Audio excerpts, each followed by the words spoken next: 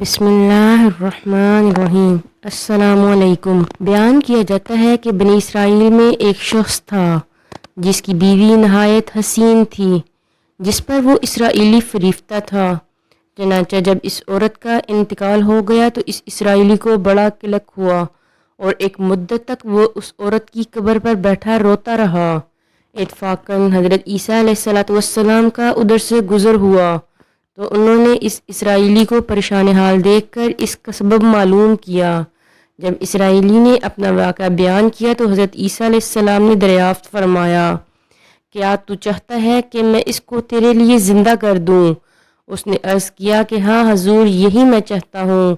چنانچہ جب حضرت عیسیٰ علیہ السلام نے اس قبر کے مردے کو آواز دی تو قبر سے ایک حبشی غلام جس کے ناک کے نتنوں، آنکھوں اور جسم کے دوسرے سوراخوں سے آگ کی لپٹیں اٹھ رہی تھیں، حضرت عیسیٰ علیہ السلام کو دیکھتے ہی غلام نے کلمہ پڑھا اور کہا، لا الہ الا اللہ عیسیٰ روح اللہ۔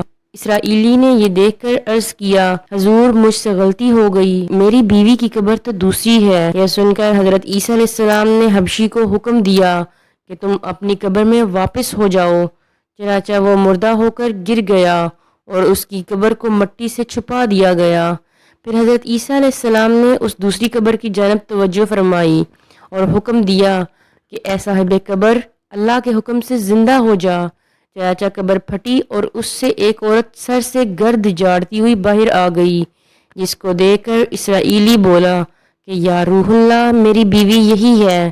اور حضرت عیسیٰ علیہ السلام کے حکم سے وہ اسرائیلی اپنی بیوی کو ہمراہ لے کر واپس ہونے لگا، مگر عرصہ سے جاگا ہوا تھا، اس لیے اس پر نیند کا غلبہ ہو گیا اور اس نے بیوی سے کہا کہ تیری قبر پر گریا ازاری اور بیداری نے مجھے ہلاک کر دیا ہے، اس لیے میں چاہتا ہوں کہ کچھ دیر آرام کر لوں۔ بیوی کہنے لگی کہ ہاں آپ آرام کر لیجئے۔ چنانچہ وہ اسرائیلی بیوی کے زانوں پر سر رکھ کر سو گیا۔ اتنے میں ایک گھوڑے پر سوار ایک شہزادے کا ادھر سے گزر ہوا جو اپنے زمانے کا یکتا حسین تھا، جس کو دیکھ کر شہزادی از حد فریفتہ ہو گئی اور اس کا دل قابو میں نہ رہا۔ اس نے شوہر کا سر زانوں سے نیچے رکھا اور فرط محبت اور غلبہ عشق سے مجبور ہو کر شہزادے کے سامنے جا کھڑی ہوئی۔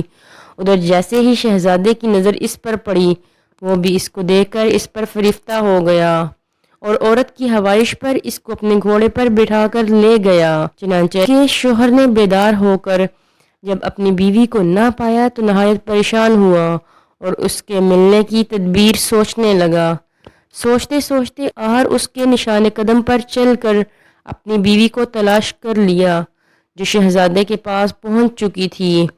اس کو دیکھ کر اسرائیلی نے شہزادے سے عرض کیا کہ یہ میری بیوی ہے، آپ اس کو چھوڑ دیا۔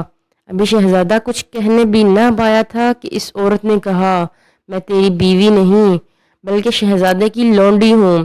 یہ سن کر شہزادہ اسرائیلی سے کہنے لگا، کیا مجھ سے میری لونڈی کو لینا چاہتا ہے؟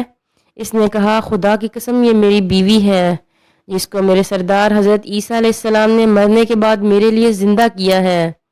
ابھی یہ گفتگو ہو رہی تھی کہ اتفاقاً حضرت عیسیٰ علیہ السلام بھی وہاں تشریف لے آئے، جن کو دیکھ کر اسرائیلی کہنے لگا، یا روح اللہ، کیا یہ میری وہ بیوی نہیں جس کو آپ نے میرے لیے زندہ کیا ہے؟ حضرت عیسیٰ علیہ السلام نے فرمایا کہ ہاں یہ وہی عورت ہے۔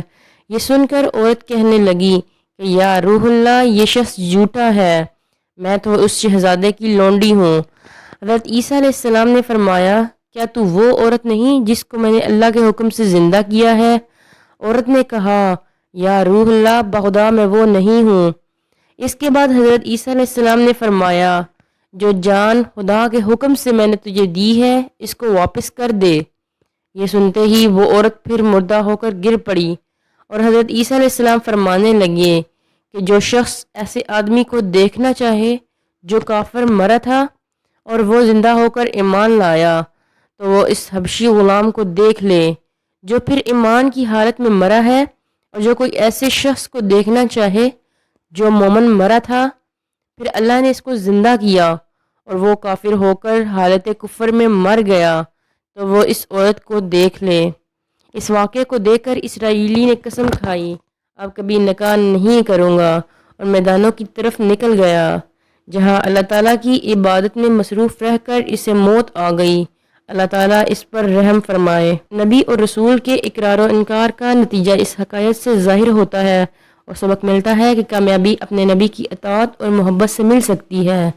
چنانچہ ہمیں بھی چاہیے کہ ہر حال میں اپنے نبی صلی اللہ علیہ وسلم کی اطاعت کو سامنے رکھیں، چاہے دل مانے یا نہ مانے، لیکن نبی کریم صلی اللہ علیہ وسلم کے طریقوں کو لازمی اپنایا جائے۔ اللہ تعالیٰ اس واقعے سے سبق حاصل کر کے عمل کرنے کی توفیق عطا فرمائے۔ آمین۔